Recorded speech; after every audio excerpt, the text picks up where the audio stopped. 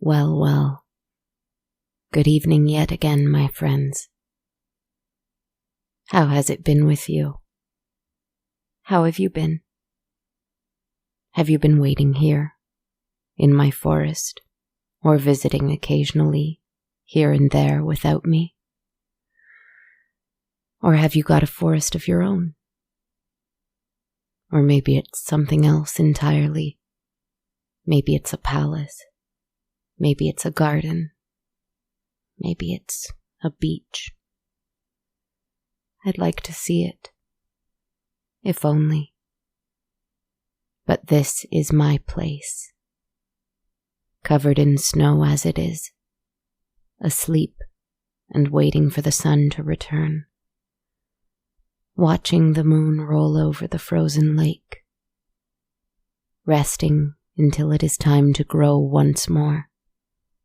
Listening carefully for ghosts or spirits or creatures to whisper words of wisdom or want to it, within it. This is my place. I asked a terrible question to my cards. I don't know why. I think I've just felt so stuck, so empty. So unhaunted. Ah, what a curse. I wish I was haunted again. I wish I had stars in my eyes. I want to return to my magic, to my wild and willing and willful heart. So I asked my cards, ah, foolish, foolish thing I am. How do I find myself again? To think they could possibly know the answer to such a thing. It is hardly a question. It is a decadent, self-pitying lament. It is lack of work. It is unwillingness to search. But the searching is everything, isn't it? I shuffled, and I drew the Ace of Pentacles. Reversed. Quite fair. Quite interesting. The Ace of Pentacles, when upright, is opportunity, abundance, manifestation. Manifestation of opportunity and abundance. Those are three very, very good, very, very alluring words, aren't they? Manifestation, opportunity, abundance. So reversed, what is this ace? Missed chances, instability, misplanned ventures. Now, depending on the question, this can have a few different meanings, of course. But overall, this reversed card advises us to take care. Be cautious. Look before leaping, especially into new ventures. So perhaps one way to look at this, since I asked how do I find myself again, perhaps one way to interpret it is that I must take care on my journey to find my power, my magic. Certainly we must all. But this card has another meaning. It may ask us to consider why it is we want to leap into some new venture, some new opportunity. For it may be that selfish purposes drive us to unfulfilled wishes. Selfishness is a kind of foolishness too. If our reasons for wanting a thing are greedy and self-serving, they will surely fail, on some level or other. I think this card asks us to remember what it is that drives us, truly, and what we really desire. So perhaps I can find my strength, my spirit, the thing that has been driving me for 178 stories, 178 conversations with you, my friend, by remembering how it spoke to me, how it found me in the darkest and strangest of times. I remember how peaceful I was in the midst of chaos. I remember how silent the air around me was, as I was so sure of my purpose. And in truth, I am still sure of it now. I always am. It's just that sometimes my wants for other things, more earthly trinkets, higher towers or stronger cottages, more ghosts to wander these woods with me. Sometimes all this other stuff gets in the way. I must breathe. I must be patient. I must let myself find myself again. I will wait here for me to come back. In the meantime, I have a story for you. A story about another woman who lost herself through pursuing other things she wanted much less. Let's see if she finds herself again, as I hope to do. Let's see. She was a greedy woman. I tell stories about greedy people because I think that's a great place to start. Start with the most lost people of all. And I think the greediest are the most lost. So let's start with this greedy woman. She was quite wealthy, and that was all that she needed in order to have power over others in her world. Her house was full of servants whose diligence and skill went unnoticed. She paid top price for the best staff after all, so she expected the best. Her house was so large and extravagant that she no longer wondered at its beauty and decadence. She had paid for it all so easily that it seemed barely remarkable at all.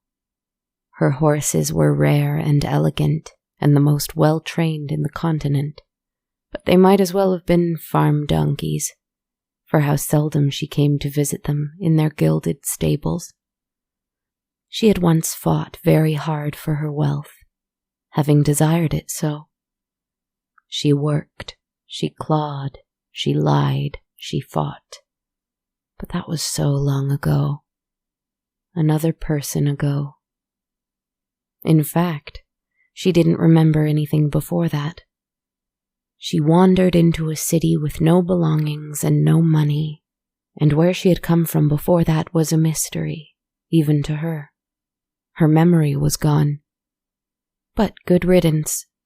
If it had left her with nothing, then her past wasn't worth remembering.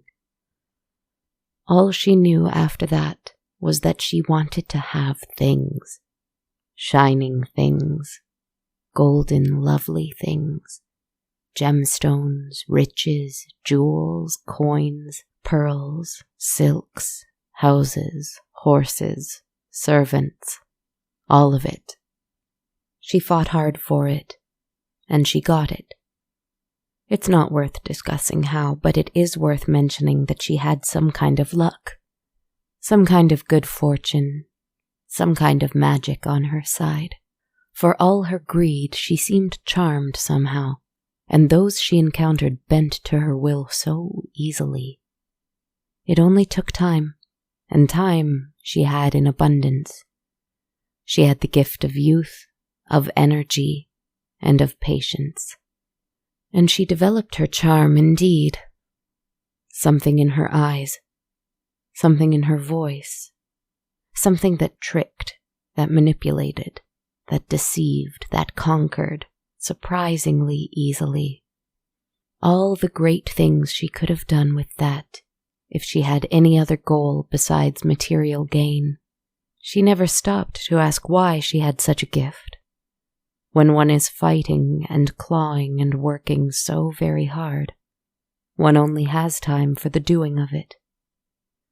And that is why I am not judging her or criticizing her, not even when I call her greedy.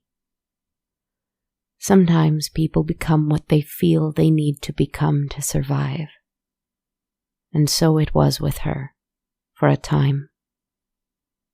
But then there always comes another time, whether it is in famine or in feast, when one ought to pause, recalibrate, recenter, find oneself again. She refused. So, one night, something came and found her. She was in her soft, fine bed, twisting and turning, unable to sleep for the hollow want in her soul. There were no candles lit in her room, but the way the waning moon was shining in through her window, illuminating the dust, made it seem that it was brightly lit by dozens of little silver fireflies. She heard something at the window, a kind of buzzing, a little pecking, something small, almost like a needle tapping against the glass. She stood and went to the window, and she couldn't tell exactly what it was, but its wings were beating so quickly, and the sound it made was so musical and full of vibration, that she thought it must be a hummingbird. A hummingbird, visiting her in the middle of the night, so high up and so far from the flowers. It wanted to come in. For the first time in years, the wealthy woman felt wonder and a little hint of something else, something a little dangerous and curious. So she opened the window. The thing flew at her immediately, directly at her face, and she held her hands up to defend herself. A swirl of feathers and dust and vibration all around her overtook her, the moonlight growing and sparkling and the room changing, growing. But the room was not growing. She was shrinking, growing smaller and smaller and smaller, until she was just the size of a bean, standing on the floor. Little heart racing, pounding, and she screamed. "No one can hear you," a voice said, answering her shriek. She whirled around, and before her was a creature. He wore robes of a shimmering, dark green. They went up to his neck and trailed behind him on the floor, which meant they must be quite long, for he hovered above the ground. This was because he had 2 huge wings, covered in feathers of that strange, shining green, the iridescent green of a hummingbird's wings. They beat so rapidly they seemed to be moving not at all, and this was slow for them, for he wasn't traveling. He was standing still, watching her. Or at least she thought he was. It was hard to tell, for he wore a huge mask over his head, black and shining, like wet, freshly polished rock. It had a long pointed beak and 2 curling horns. She could not tell if he was decked as a bird or a dragon. Perhaps he was a bird or a dragon. "Who are you? What do you want? I can give you anything. Just return me as I was and leave my home at once," she said, her voice panicked, yet still retaining its distaste and haughtiness it usually held.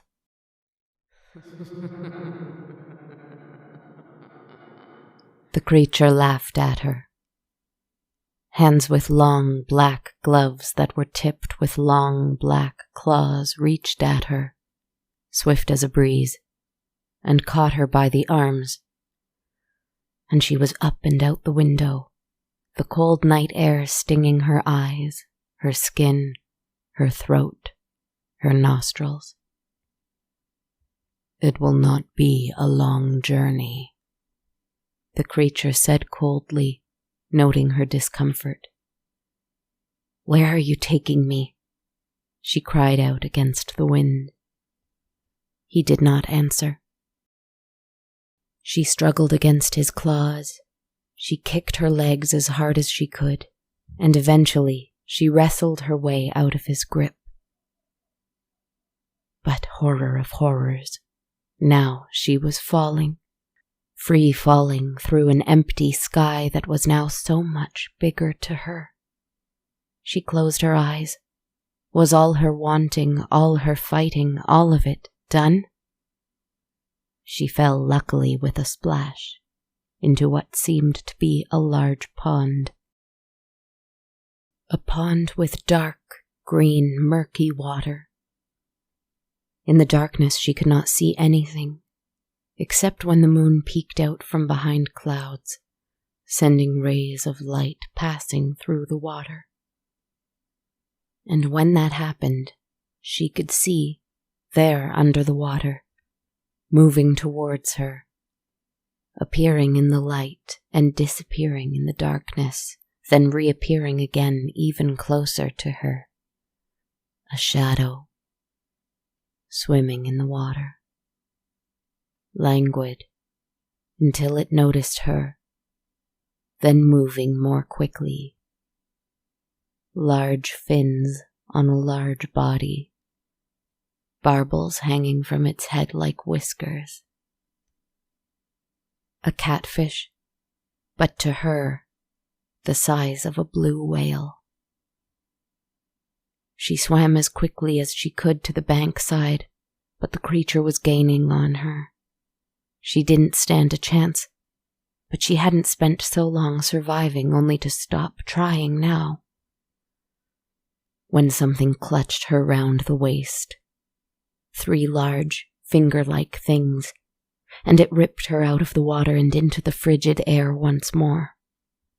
She looked up and saw a great bird. It must have been an eagle, a huge eagle. But then she realized it was a swallow.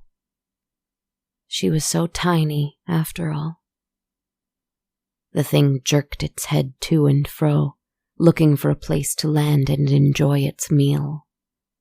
She bit its claw, and it dropped her to the ground, into the snow, where her tiny body shivered, and she felt a horrible freeze starting from the tips of her fingers and her toes, crawling up her limbs. But something then started to drag her. It grabbed her long, curling hair in its teeth, and it pulled her slowly and steadily through the snow. She could not see what it was, for she was sure her eyes were frozen. But she heard the scurrying of little feet. She heard a snuffling sound, and she could feel a wiry, hairless tail guiding her body this way and that as the creature dragged its prize down a dark, earthen hole in the ground. Though the darkness was awful and the smell of the damp earth made her think of being buried alive, it was warm here. She was dragged through a tunnel for what felt like hours. Even when she felt she could stand, the creature kept taking her down and down and down to a chamber. She knew it was a large, empty chamber, for she heard an echoing drip, drip, drip here. There was a tiny stream of light here, too, like in the water, like in her bedroom, a ray of moonlight creeping in from a hole the size of a pinprick. With only that little light, she saw the creature who brought her here scurrying away, squeaking, nose twitching, heading out through the tunnel it came in, suddenly terrified. Why terrified? She heard a heavy breathing behind her, a sniffing, but a slower, deeper snuffling than the mouse who brought her here. And it was high up from the ground, a tall thing, much taller than she, though she remembered again that she was only the size of a bean. She turned around and saw a frightful thing, covered in fur, pink hands with little claws grasping at the air. It had no eyes. It had no ears. It had a long, terrible snout, whiskers on its nose, whiskers on its head, whiskers where eyes and ears ought to be. She wanted to scream. She almost screamed. But something in the back of her mind told her, "It cannot see you. Don't be foolish." It leaned in, right to her face, sniffling, but unable to find her somehow. Perhaps it was all the expensive perfume.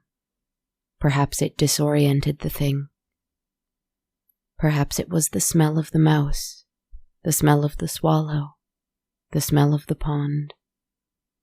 But it did not attack. She was distracted for a moment by something sparkling. A little bit of light, a reflection of that little moonbeam, only it was red. And then a little bit of blue, and a bit of gold, and green. This place was full of jewels, of treasure. Did this mole even know what it had? "They're beautiful," she couldn't help but whisper, looking at the jewels. After all, greed was her weakness, and she was dazzled by these jewels. Surprisingly, unlike every other animal she had encountered so far, the mole growled. "If you remain here with me, if you stay with me and sing to me and comb my whiskers, then they are yours." She gave it one night. She stayed with him. She sang to him.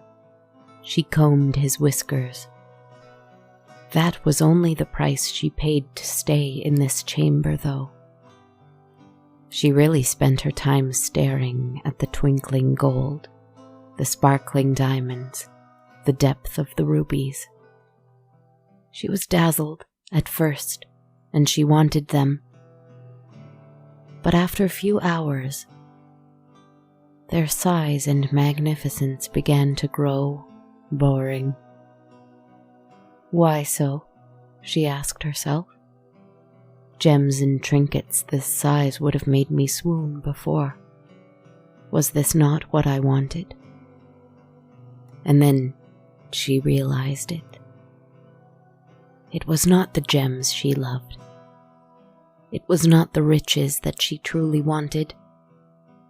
It wasn't even the comfort and the security that they brought with them. It was the fighting. It was the clawing. It was even the lying and the tricking and the utter mischief of it all. She felt something in that moment, in her spine, or rather on either sides of it. A horrible pain, a burning kind of itch. She had remembered. She remembered it all. Everything. Everything from before the moment when she arrived in that city with nothing to her name. She had once had wings of her own. She suppressed a groan then a moan of pain, and finally an agonized shriek. She suppressed it all, as the mole was there with her still, asleep in a pile of gold coins. Tears streamed down her face as hollow bones grew very slowly from her back.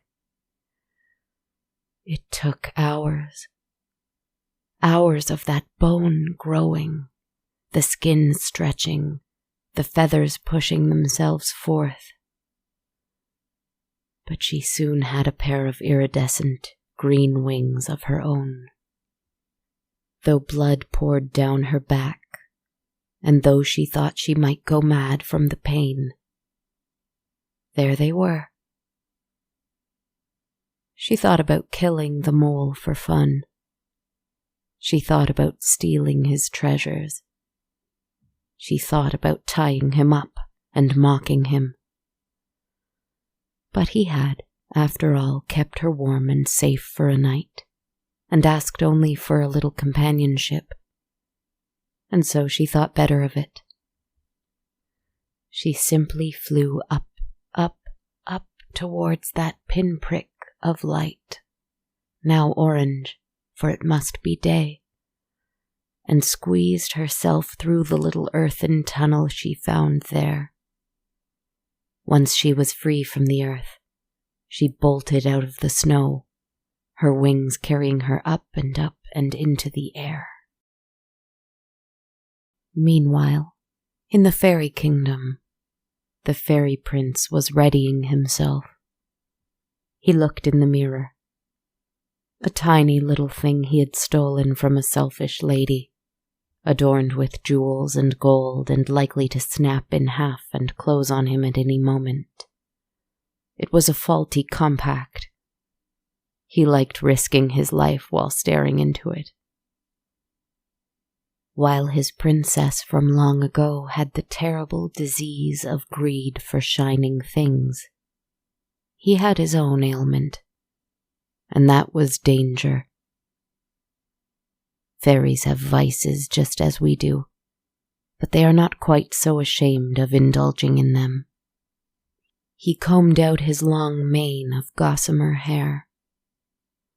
He braided it with quick, deft fingers, long and indeed clawed, just as his gloves would have had his enemies believe. He did not have a beak, but he did have two long, curling horns atop his head. He was beautiful, with eyes the same green as his armor, a thin mouth that gave away his age, despite his smooth, immortal face, because of its cruelty and indifference. But it somehow made him all the more beautiful, that flaw, that rot. The thing he was not telling himself was that he was grieving her loss for the third time. First, when she was lost to the fairy world, seduced by the big world, by the big city. Second, when she had fought against him as he tried to bring her home, and fallen into the frigid pond, and he could not find her, though he had searched all night. And third, when he realized that probably no shred of that mischievous, defiant, vexatious creature he had fallen in love with actually remained. Perhaps she had remained a selfish, greedy, and deliberately ignorant human until the moment of her inevitable demise. That is what hurt him the most. He was not admitting any of this to himself. He was a fool for trying to find her and bring her back in the first place. But no matter how he tried to numb himself to this grief, it burned, it raged, it ached in every one of his fine muscles. He placed his helmet on his head, flew up, and with a great strike from his nimble arms, he slammed the compact's lid shut so hard that he heard the mirror shattering within it. "No!" he heard behind him, A familiar voice. That was my favorite one. He whirled around and saw her.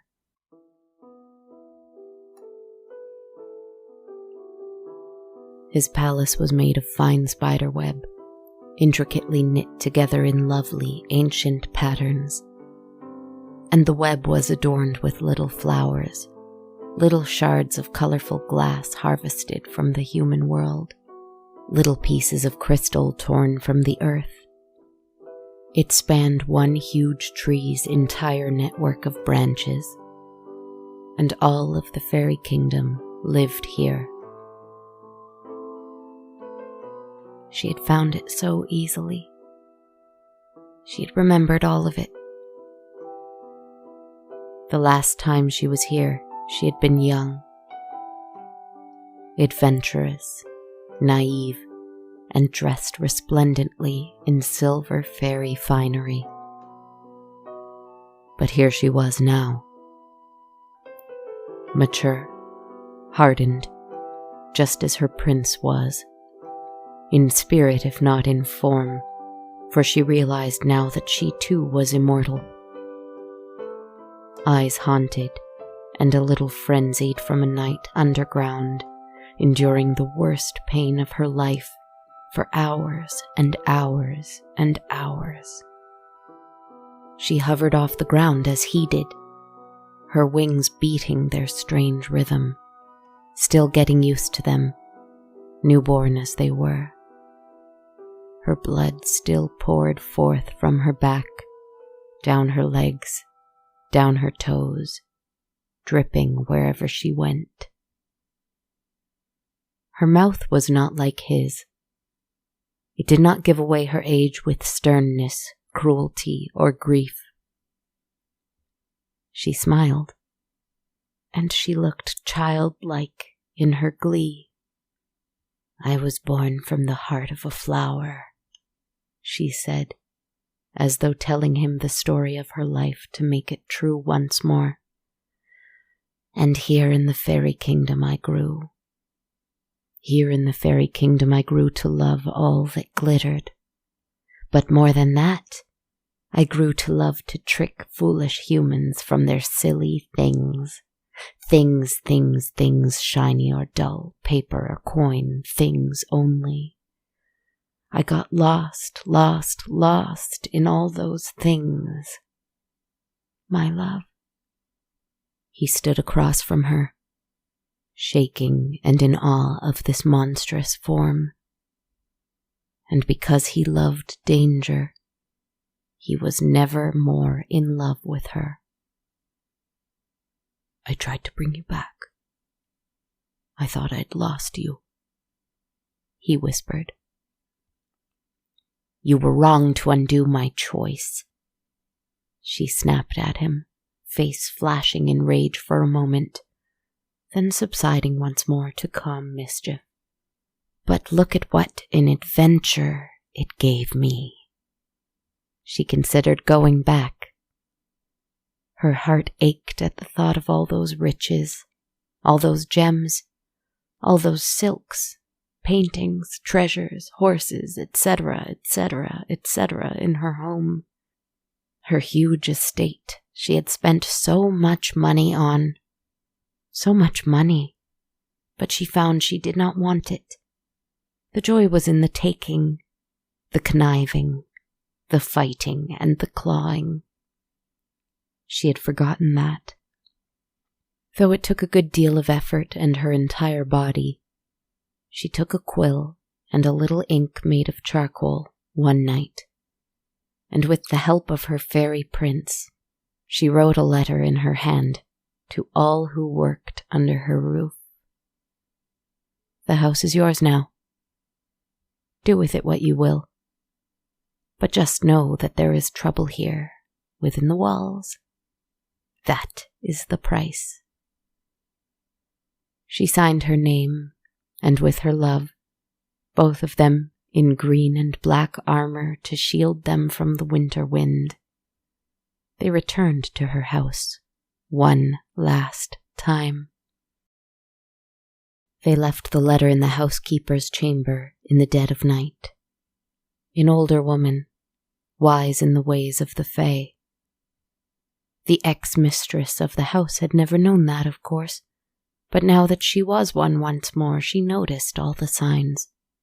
The little windowsill offerings, the right flowers in the right places, the iron horseshoe above her bedroom door. They left the letter with her. And when she found it, she looked around, frightened, not knowing how her mistress had come in and out of here as she slept. Then her breath caught in her throat. As the 2 candles lit on either side of the room went out, both at once, and she heard the strangest kind of humming, a vibrating sound, and the dragging of a pen against paper.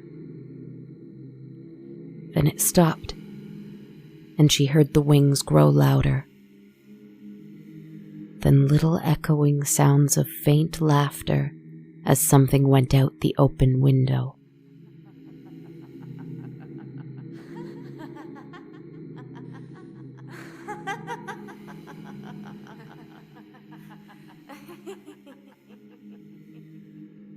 She fumbled with shaking hands to light her candle once more, tears stinging her old eyes as she feared for her life. She had always been told to beware the Fae. When she had light with her once more, she looked at the letter again, and a little postscript had been added. You are all very excellent, by the way. That was all it said. She had finally noticed. You see, she would often come back to play little pranks on the staff. She grew to love them because she loved tricks so very much. They finally had leisure and wealth on their side, and they appreciated it so much more than she ever did. But then again, she was a born fairy princess. She was destined to cause trouble. She loved it, and her prince forgave her in time, and together they played with mortals and creatures and the elements for their own amusement until the end of time. I saw them a few minutes ago, buzzing about.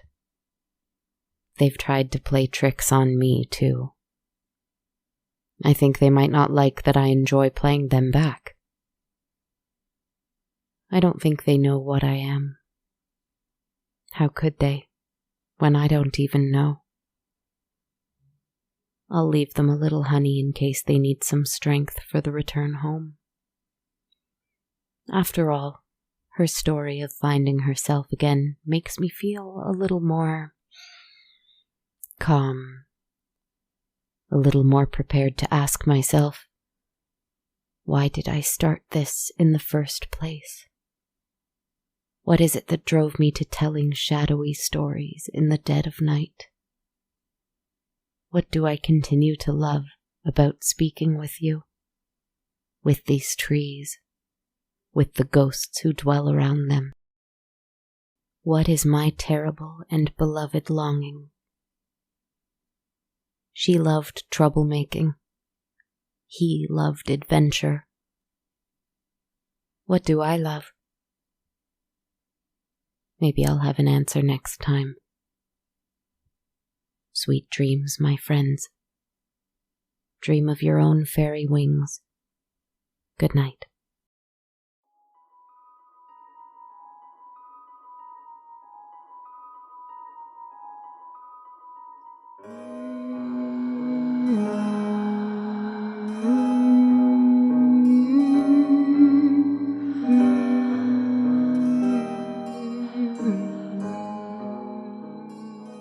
Hello everybody, this is Kristen Zaza here, your writer, host, narrator, composer, all the voices, editor, podcaster, etc. Thank you so much for joining me for episode 179 of On a Dark, Cold Night. We're getting closer and closer to 200, aren't we? I hope you're doing okay out there, hanging in there, getting lots of rest and doing things that you love, giving yourself little decadent gifts. I'd like to take a moment to chat with you about a brand new show premiering on the Sonar Network on January 26th called Quantum. In a world where pet robots run our lives, a simple mission to find a spare part ends in a tinkerer uncovering a secret that could blow up the whole damn planet. Quantum, that's Kwantum, is a new near-future fiction podcast that I'm really excited to tune into. It's a sci-fi comedy caper audio drama, serialized and told over 6 episodes. It features a diverse cast of 13 talented Toronto performers. The show is silly, irreverent, imaginative, futuristic, high stakes, and heartfelt, and that just sounds like a whole lot of what I need right now. So if you're here, I imagine you're a fan of fiction podcasts. So after you listen to this episode tonight, have yourself a lovely rest and wake up with Quantum's high-energy hijinks. Again, the show premieres January 26th, which is incidentally the day this episode is released, so you can and absolutely should go check it out. You can find it at thesonarnetwork.com or on your favorite podcast app just by searching Quantum, Kwantum. Thank you so much, friends. Next up, I'd like to send my thanks to everyone who supports On a Dark Cold Night on Patreon. I'm so grateful for my patron support. Thank you, my friends.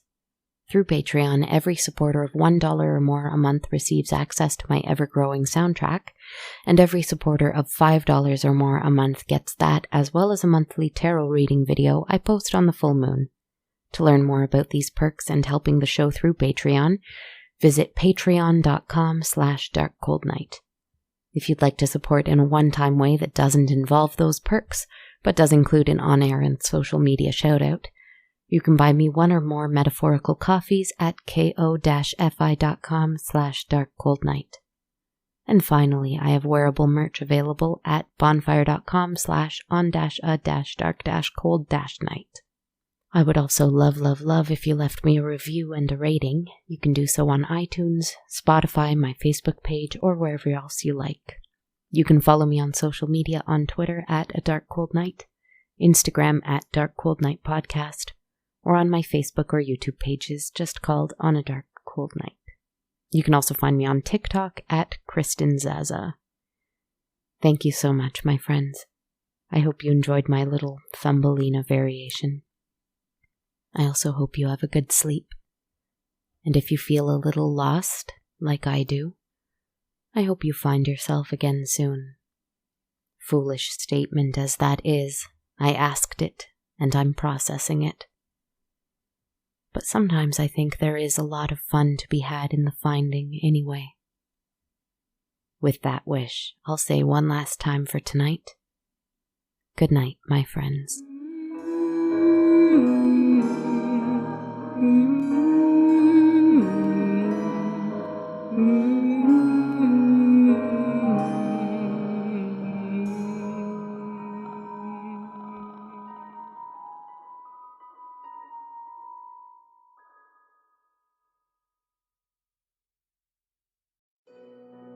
This podcast has been brought to you by the Sonar Network.